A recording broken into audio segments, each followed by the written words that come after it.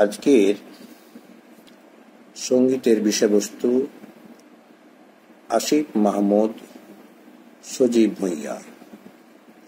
তিনি তরুণ ছাত্র সমাজ থেকে উঠে এসেছেন। তার যোগ্য নেতৃত্বে বাংলাদেশ পেয়েছে একটি প্রশংসনীয় তরুণ তাজাকে। আসুন তার সম্পর্কে একটি ইসলামী সঙ্গীত গাই। আসিফ মাহমুদ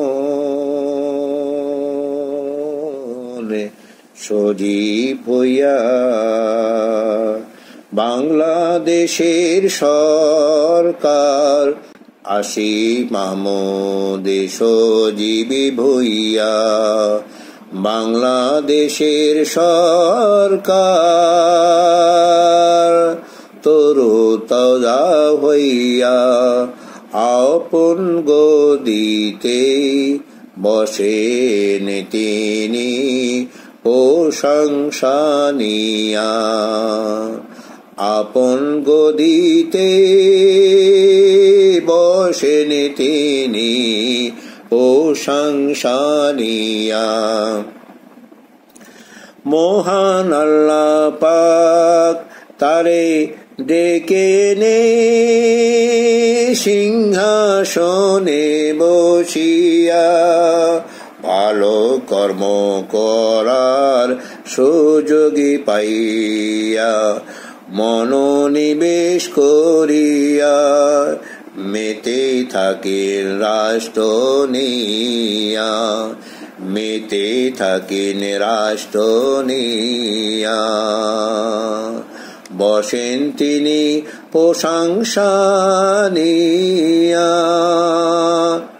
আসিফ মাহমুদ সজীব ভূঁইয়া বাংলাদেশের সরকার।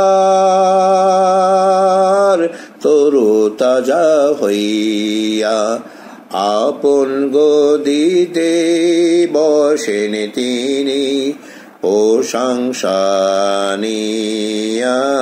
প্রশংসা নিয়া। আসিফ মাহমুদ আল্লাহ পাকের বান্দা হইয়া আল্লাহর তরফ থেকে রাষ্ট্র শক্তি পাইয়া।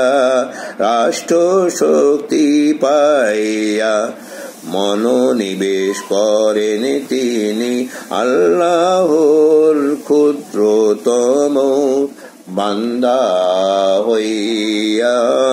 আল্লাহর ক্ষুদ্রতম বান্দা হইয়া বসেন তিনি প্রশংসা নিয়া।